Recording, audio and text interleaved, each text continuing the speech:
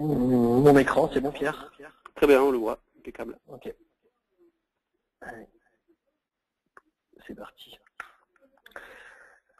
Ok. Donc bonjour à tous. Donc je vais me représenter rapidement. Donc Florian Beauvais, société Cyberhome.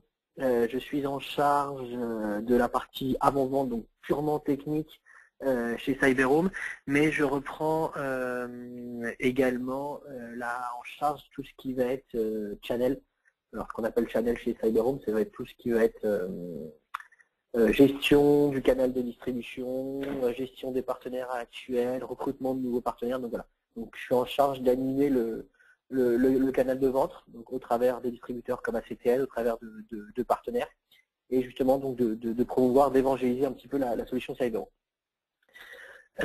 Quand Pierre m'a proposé de faire quelques webinaires pour ACTL avec Cyberhome, d'abord je le remercie. J'ai choisi comme premier la partie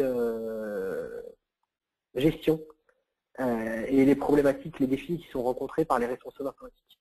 Après avoir fait quelques rendez-vous, donc avec justement ces DSI, des personnes en charge de l'informatique dans différentes sociétés, quelles qu'elles soient, de différentes tailles, on a constaté qu'il y avait un certain nombre de points qui ressortaient après chaque rendez-vous, donc certaines problématiques. Donc c'est pour ça qu'on a orienté ce webinaire justement pour faire un petit point sur ces problématiques qui sont récurrentes. Après, il est clair qu'elles ne couvrent pas toutes les problématiques que l'on peut rencontrer, mais on a vraiment concentré, si vous voulez, les 8 qui ressortaient le plus. Le défi numéro 1, c'est le coût de la sécurité. Je pense que vous n'êtes pas sans savoir que la sécurité a un coût et que l'on constate de plus en plus dans les entreprises des augmentations de liens Internet, alors quel qu'il soit, que ce soit de la DSL, du SDSL, de la fibre ou autre, et que par conséquent, on avait quelques années, on avait des liens qui plafonnaient en ADSL ou en SDSL à 10, 15, 20, 25 mégas, et que maintenant, moi je rencontre de plus en plus des sociétés qui ont des liens à 100 mégas. Donc par rapport à ça, on avait des gestions de débit qui étaient un petit peu compliquées. Donc il y a quelques années salées, on avait des UTM qui offraient 25 mégabits, ce qu'on appelle en throughput, avec la partie UTM donc sur les boîtiers, et on avait derrière des liens Internet qui plafonnaient à 20-25. Donc du coup, c'était tout à fait cohérent. Maintenant, on est face à une nouvelle problématique. C'est-à-dire qu'on a des liens Internet qui sont de plus en plus gros, des tuyaux qui sont de plus en plus gros, et derrière, on a encore des équipements qui sont limités. Donc par rapport à ça, il n'y a pas forcément d'intérêt pour un client de prendre une ligne 100 mégas et d'avoir derrière un boîtier qui ne va gérer que 25 mégas. Sinon, on va avoir un gros goulot d'étranglement. Okay, donc ça, c'est une des premières problématiques. Et on sait que si on part sur un nouveau boîtier, donc par exemple, vous avez un boîtier existant d'une marque X, vous voulez prendre, garder la même marque, passer sur un boîtier plus gros qui gère une bande passante plus grosse en termes de débit firewall, débit CAN, là, automatiquement, vous allez exploser dans les prix. Donc ça, c'est le premier défi que l'on a, nous, sécurité, un obstacle à la vitesse. Par rapport à ça, on constate que les nouvelles appliances de sécu qui offrent un débit UTM d'environ 100 mégas sont 5 fois plus chers. Donc par rapport à ça, la question, qu'est-ce qui se passe? Est-ce que moi j'investis dans un matériel plus performant qui va gérer une bande passante plus grosse, ou je me limite et du coup je limite également mon entreprise dans son développement, dans sa bande passante ou autre, parce que derrière j'ai pas un équipement qui suit. Par rapport à ça, Cyberhome, si vous voulez, répond avec une manière qui est très simple, c'est que tous nos boîtiers sont gigabits. Tous les ports qui sont présents sur nos boîtiers, que ce soit du plus petit boîtier qui va gérer 4-5 utilisateurs jusqu'au plus gros boîtier qui va gérer 3-4 000 utilisateurs, tous nos ports sont gigas. Okay, donc déjà, vous avez cette partie-là. Et en plus de ça, derrière, on est très bien placé, voire leader sur la partie bande passante, throughput sur la partie UTM.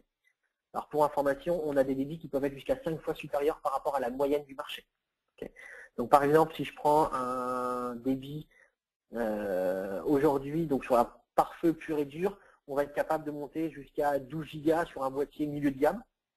Et si je prends pareil un débit UTM, on va être capable de monter jusqu'à 1500 mégas sur un boîtier moyen de gamme.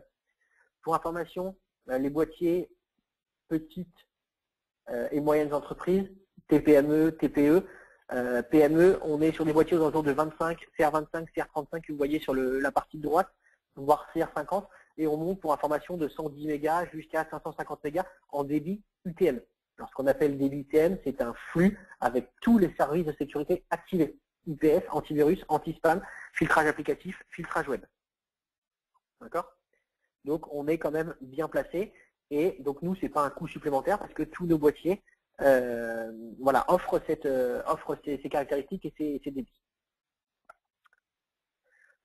Petit exemple, on a donc là le gros boîtier en l'occurrence de la gamme qui va vous gérer, comme je disais, environ 3 à 4 000 connexions. On est en débit pare-feu à 40 gigas et on est en débit ITM à 4,5 gigabits. Deuxième défi que l'on peut rencontrer, c'est le coût de la sécurité avec une liaison par fibre. Alors je ne sais pas, c'est peut-être votre cas, vous avez peut-être été sollicité par votre opérateur pour avoir une offre fibre qui vous est proposée, peut-être au même coût, et du coup basculer de l'offre actuelle que vous aviez vers une offre fibre, mais vous avez un problème de connectique. Parce qu'il faut savoir que essentiellement toutes les connexions actuelles sont en Ethernet Giga et que les nouvelles connexions, tout ce qui va être fibre ou autre, bien évidemment, sont en port fibre ou alors il faut passer par un transceiver. Ce qui en général peut dégrader un petit peu la partie performance. Donc par rapport à ça, comment ça se passe? Est-ce qu'on prend une appliance dans ce cas-là très très haut de gamme qui va en effet offrir des ports giga? En général, c'est des ports fibres, pardon. En général, c'est des ports fibres qui sont utilisés pour l'interco, mais pas pour une arrivée Internet.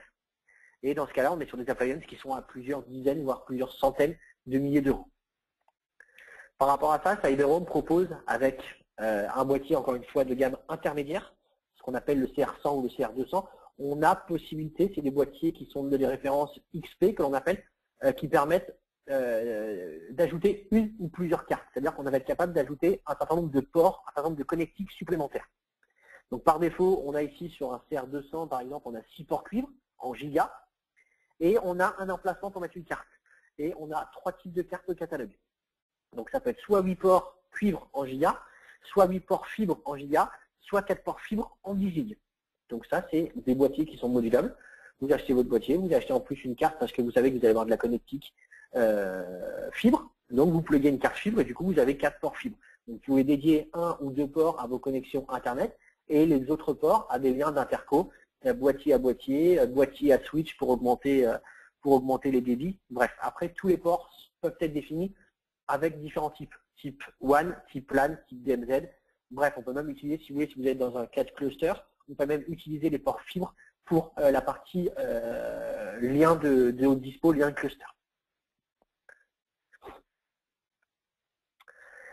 La partie défi numéro 3. Donc là, on laisse un petit peu tomber, si vous voulez, le coût matériel pur et dur, que ce soit par rapport au débit ou par rapport à la connectique, et on va rentrer un petit peu plus dans la partie fonctionnalité proposée par Cyberhome.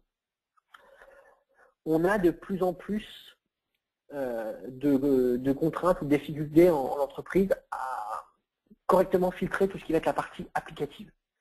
Actuellement, si vous n'avez pas de firewall qui savent gérer ou qui montent jusqu'à la couche 7 pour tout ce qui va être filtrage applicatif, vous n'avez pas un filtrage qui est fin.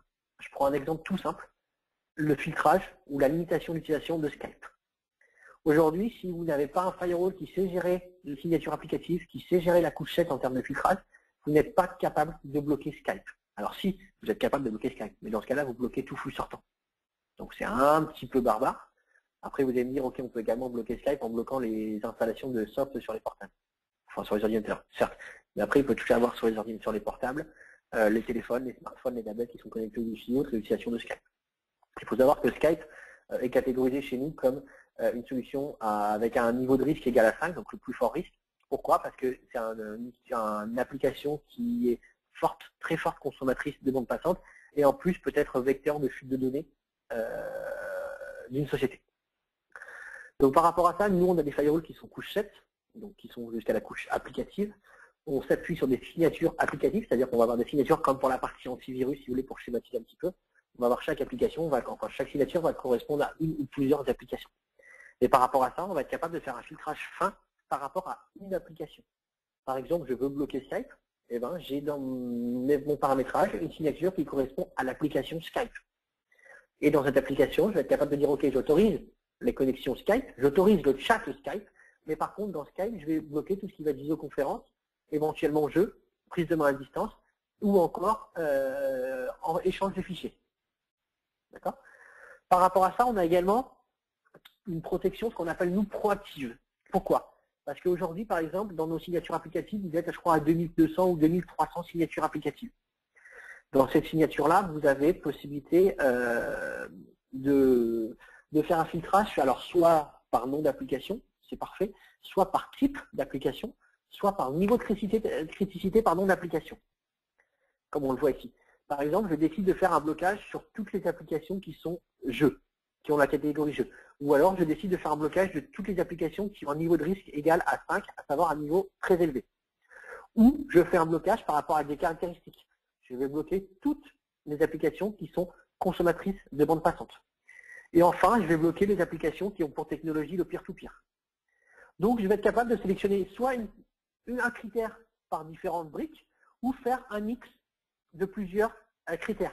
Par exemple, catégorie égale transfert de fichiers ou messagerie instantanée, niveau de risque égal à 5, caractéristiques consommation de bande passante et technologie, serveur client, navigateur ou peer-to-peer.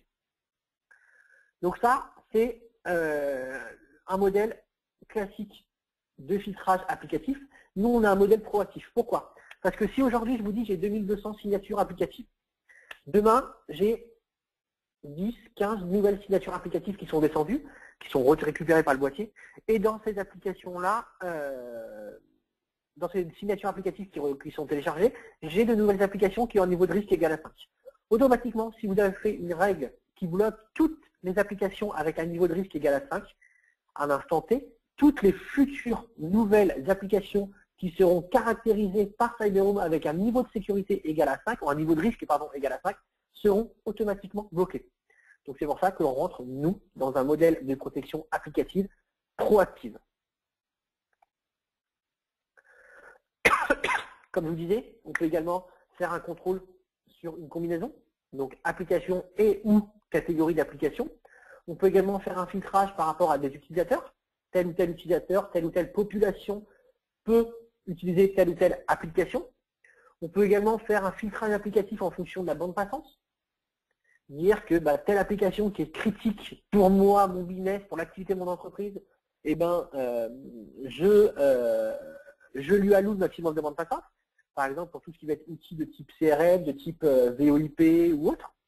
Mais à contrario, des applications qui sont nocives, si vous voulez, pour mon environnement de travail, du genre le peer-to-peer, alors soit je le bloque totalement, soit je le limite à X kilobits de bande passante.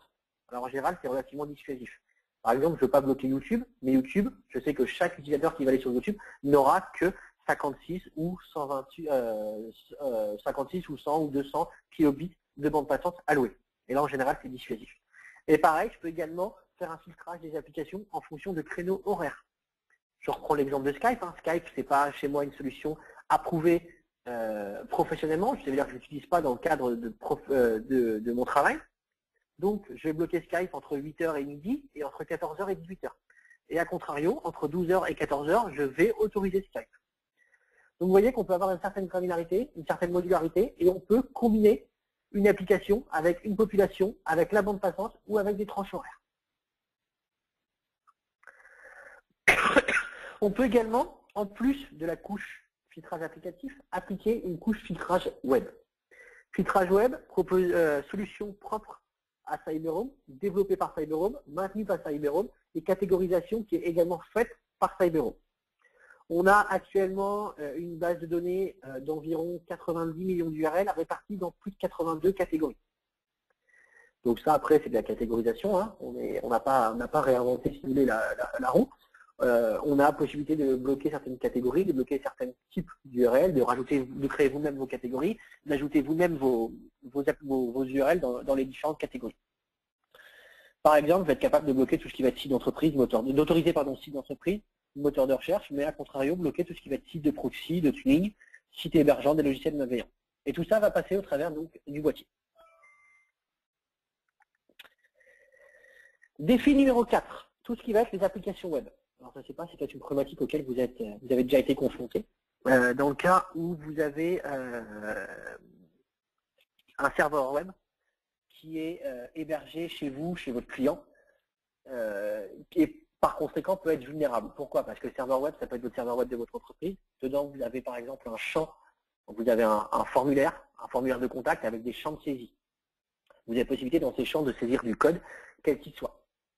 Donc si vous n'avez pas derrière un outil capable de gérer l'accès aux applications, que ce soit web, capable de détecter éventuellement une attaque de type cross-site scripting, de type SQL injection ou autre, vous êtes vulnérable. Okay. Par rapport à ça, il y a également une autre problématique, c'est tout ce qui est migration des anciennes applications vers le cloud. Tout ce qui était CRM, ERP, intranet, serveur de messagerie ou autre. Donc par rapport à ça, Cyberhome, entre guillemets, va être capable d'y répondre. On sait aujourd'hui que des données confidentielles sont stockées en général dans des domaines, j'ai envie de dire, standards. Tout ce qui va être intranet.monentreprise.com, intranet.com, surveillance vidéo, ERP, application interne, bref. Toutes ces différentes URL, on les retrouve de façon assez commune chez les clients. Et par rapport à ça, donc par rapport à, si vous voulez, à ces vecteurs d'attaque, à ces possibilités d'attaque, tout ce qui est pare-feu et IPS ne peuvent pas avoir une protection optimale. Donc par rapport à ça, Cyberhome propose un WAF. Donc le WAF, qu'est-ce que c'est que le WAF? C'est la partie Web Application Filtering. Le WAF, c'est un module que l'on propose nous dans nos boîtiers, qui est soumis à licence, et qui va être capable, comme je vous disais, de détecter une attaque sur un flux entrant. Donc flux entrant provenant du web à destination d'une ou plusieurs ressources internes, quelles qu'elles soient. Comme je vous disais, un formulaire de contact, une application hébergée chez moi ou autre. Maintenant, mise en place d'un WAF, déjà WAF, ça ne parle pas forcément à tout le monde, ça peut être un nom un petit peu barbare, et derrière on peut avoir des freins. La mise en place du WAF peut être assez contraignante. Si vous avez une solution dédiée WAF, il faut qu'elle soit tunée à la perfection, sinon derrière ça peut engendrer des problèmes d'accès à vos ressources et par conséquent des problèmes d'accès ou des problèmes relatifs à votre productivité. Donc il y a un coût, à savoir coût du dommage par rapport au coût de la protection. Est-ce que ça vaut le coup ou pas? Pareil, le temps à mettre en place et surtout le temps à entretenir. Parce que derrière, bien évidemment, je vais peut-être avoir des modifications, mise en place, mise à disposition de nouvelles applications et par conséquent, derrière, mon WAF, il faut que je le maintienne à jour. Et derrière, la forme de la complexité. Comme je vous disais, le WAF, ça peut faire peur. C'est un peu un nom barbare. Mais voilà, ça peut être également un frein, la partie complexité à mettre en place. Par rapport à ça, comme je vous disais, le WAF est intégré à la partie UTM de Cyberhome. Donc on va être capable de protéger toutes les applications web contre des hackers, contre des attaquants qui vont exploiter les différentes vulnérabilités. Par rapport à ça, soit on a un WAF dédié, ultra performant, qui va couvrir 99,9 voire 100% des besoins, des problématiques autres, mais par contre ça va être onéreux, ça va être chronophage et ça va être complexe à mettre en place. Nous, de notre côté Cyberhome, on a un abonnement, donc une fonctionnalité, un module soumis à licence qui peut être intégré dans les boîtiers. Donc par rapport à ça, du coup, on a, nous, une solution qui est économique, qui est facile à déployer, puisque encore une fois, c'est au sein de la même interface. Vous avez des wizards d'intégration par rapport à des sites web, savoir ce que vous voulez faire. Vous êtes guidé pas à pas pour savoir, par exemple, un site web qui est hébergé chez moi. Est-ce que je l'autorise d'accès qu'en HTTPS? Est-ce que je fais une validation du certificat?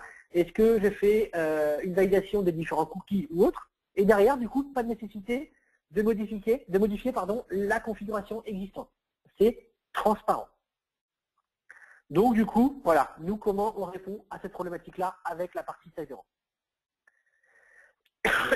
Défi numéro 5, la partie visibilité sur l'utilisation des appareils personnels, qu'on appelle le fameux BYOD, le Bring Your Own Device.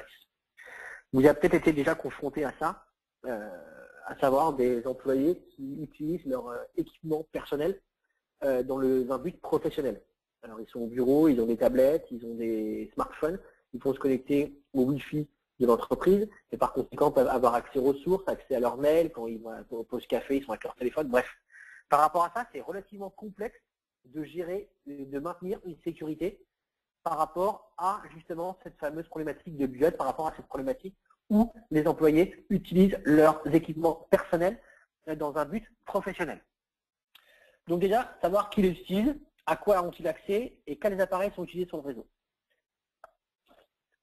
Par rapport à ça, nous, Cyberhome, dès qu'on a un équipement qui est connecté au réseau, quel qu'il soit, par le biais d'une connexion filaire, par le biais du Wi-Fi, VPN ou autre, on va être capable, en un seul clic, j'ai envie de dire, d'identifier et d'avoir une visibilité sur l'utilisation des appareils personnels. Par exemple, l'utilisateur va être authentifié parce que sur son téléphone perso, sur son smartphone, sur sa tablette, il va utiliser ces informations de compte professionnel pour se connecter au Wi-Fi. Et derrière, par exemple, je vais voir que des utilisateurs comme Smith, comme Johnson, comme Williams sont connectés avec des terminaux de type Android, de type iOS, de type clientless parce qu'ils ont l'application CyberHome, bref. Donc ici, j'ai une vue rapide des différents équipements qui sont utilisés sur mon réseau. Problématique par rapport au BIOD également, c'est ok, si je fais un filtrage classique basé sur adresse IP, il faut que je sache, par exemple, en plus faire du MAC locking, c'est-à-dire que telle adresse IP, enfin telle adresse MAC qui va se connecter sur mon réseau, je vais lui allouer telle adresse IP, et cette adresse IP-là, je vais la mettre dans la bonne règle de filtrage. Donc ça, c'est une problématique. Pourquoi? Parce qu'une personne qui a un ordinateur fourni par l'entreprise l'utilise, en général, on rentre dans les standards de sécurité. On sait que tel utilisateur ou telle machine avec telle adresse MAC, parce qu'elle a été relevée lors de la préparation de la machine par le service informatique, a été attribuée à telle ou telle règle de filtrage. A contrario, un équipement mobile, type tablette, type smartphone, se connecte. Logiquement, c'est un équipement qui n'est pas connu par le service informatique. Donc par conséquent, il peut être considéré comme un visiteur et avoir accès à tout et n'importe quoi. La force de CyberHome par rapport à ça, c'est que nous, on fait un filtrage basé sur une identité. C'est-à-dire qu'on demande à un utilisateur, que ce soit un utilisateur connu, reconnu, que se connectant avec un équipement connu, de s'authentifier, alors soit de façon transparente, soit de façon explicite, avec saisie, login et mot de passe. Donc on lui demande de s'authentifier. Donc là, si vous voulez, la problématique de gestion d'équipement, on passe outre. Pourquoi? Encore une fois, qu'un utilisateur soit connecté avec son ordinateur portable pro ou connecté avec un portable perso, une tablette perso, il sera authentifié. Authentifié avec son même login et son même mot de passe que son compte professionnel. Donc du coup, nous, la gestion des équipements tierces, on l'a fait par l'identité. Donc, encore une fois, quel que soit le support, l'utilisateur qui sera connecté par les informations login, mot de passe, aura la même politique de sécurité, aura alors soit les mêmes droits, la même liberté, soit les mêmes restrictions, quel que soit l'équipement de connexion utilisé, quel que soit le terminal utilisé. Okay? Donc par exemple, on authentifie et derrière on autorise. Connexion Facebook, connexion à des ressources, messagerie instantanée ou autre. Et ça, encore une fois, quel que soit le terminal. Nouveau défi, défi numéro 6, tout ce qui va être menace interne et gestion des incidents. Alors là, on est à faire à une problématique qui est assez répandue, c'est-à-dire les infections, mais par l'intérieur, si vous voulez. Un utilisateur qui se balade avec une clé USB parce qu'il l'a utilisé chez lui, il a récupéré, il a téléchargé des fichiers, il y a un code malicieux, je le branche sur une machine, hop, automatiquement la machine est infectée. Donc par rapport à ça, c'est assez compliqué, parce qu'il faut à la fois, si vous voulez, gestion des menaces internes et gestion également des incidents. Donc, derrière, comment nous, on va être capable, on va répondre à différentes questions, d'avoir qui se cache derrière l'attaque et comment aurais-je pu identifier l'attaque avant qu'elle ne cause de dommages. Pour cette partie-là, on va s'appuyer sur du reporting, sur un reporting qui est riche, qui est puissant. Actuellement, plus de 1200 rapports sont prédéfinis dans nos consoles CyberHome.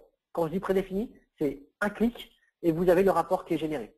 Ce n'est pas à vous de mettre telle brique, à dire qu'il faut mettre tel ou tel log pour avoir un rapport. Ils sont prédéfinis. Okay? Donc par exemple, je peux avoir des rapports par rapport aux applications qui sont le plus utilisées. Ici, je vois que j'ai du torrent client peer-to-peer. Si je clique dessus, je vais avoir le nom de mes utilisateurs qui ont utilisé ce type d'application.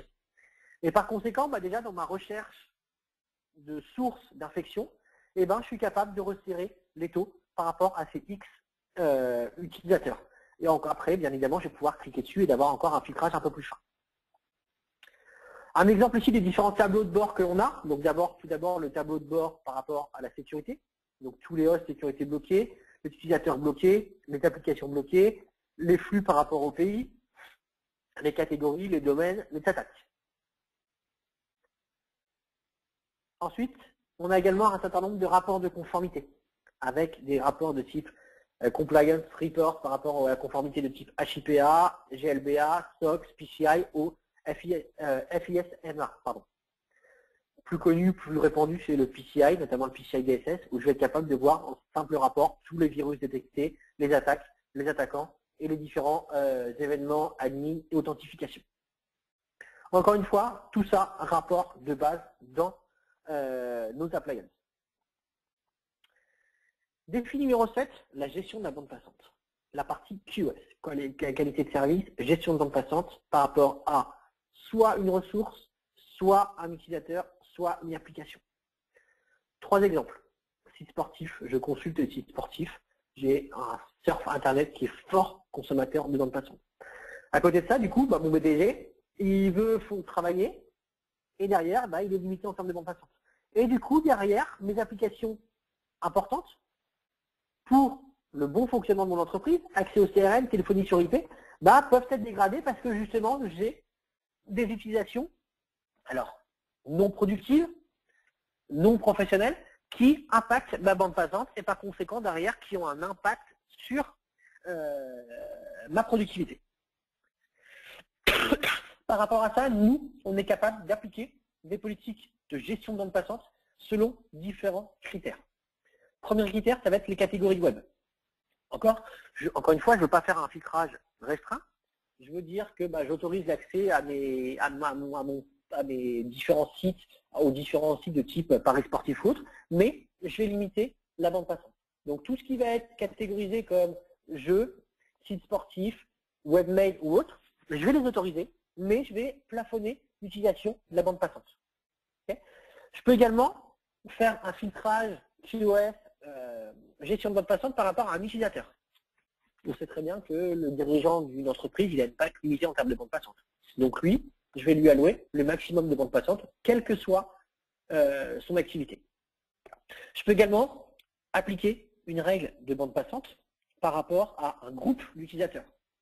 Par exemple, tout ce qui va être service commercial doivent avoir la bande passante nécessaire pour accéder au CRM sous peine de perte de productivité. Je peux également faire un filtrage par rapport à une application, la VoIP. On sait que la téléphonie dans une entreprise, c'est assez important. Donc pareil, tout ce qui va être application les applications relatives à la téléphonie sur IP vont pouvoir bénéficier d'une bande passante maximale. Et enfin, tout ce qui va être filtrage beaucoup plus classique par rapport à application de règles de bande passante de QoS sur des règles de firewall. Donc ici, nous, on répond à cette problématique-là en pouvant appliquer des règles de QoS, de gestion de bande passante sur différents critères. Catégorie web, utilisateur ou groupe d'utilisateurs ou population au sens plus large, application et règles de firewall standard. Donc la gestion de la QoS, de la bande passante selon plusieurs éléments, utilisateur, groupe, application, catégorie. Enfin, dernier défi. Le défi numéro 8 chez nous, c'est tout ce qui va être administration, temps passé administration concernant les spams. La gestion de spam, ça peut être problématique. Pourquoi? Parce que vous avez un filtrage qui n'est pas tuné, vous n'arrivez pas à trouver le bon filtrage qui va permettre vraiment de bloquer la majorité des spams et de laisser passer les mails légitimes. Donc du coup, soit vous êtes un filtrage trop ouvert, et vous recevez plein de spams, soit trop restrictif et des mails légitimes sont bloqués. Okay. Par rapport à ça, nous, on est capable avec CyberHome de proposer une solution de quarantaine en self-service. C'est ce qu'on pourrait appeler plus communément le end-user quarantine, la quarantaine utilisateur finale. C'est-à-dire qu'on va être capable d'envoyer un mail aux utilisateurs une fois par jour, une fois par semaine, une fois par mois, en lui disant « Ok, utilisateur X, tu as X mails dans ta quarantaine, viens les consulter et si besoin, tu peux les relâcher. » Vous voyez ici par exemple que j'ai un mail légitime et on peut cliquer sur la partie release et du coup le mail va être relâché et délivré à mon serveur de messagerie et ensuite reçu dans ma boîte de réception. D'accord? Donc ça, filtrage anti-spam, on propose avec la solution ComTouch basée dans le cloud et en plus on a une quarantaine sur le boîtier local et une quarantaine utilisateur. Donc du coup on est capable d'offrir une protection contre la partie anti-spam, aussi bien en flux entrant que sortant. On a une couche également antivirus passerelle, donc pour tout ce qui va être messagerie, mais bien évidemment HTTP, HTTPS, FTP, tous les transferts de fichiers possibles, et également une couche IPS que l'on met toujours au niveau de la partie flux de messagerie.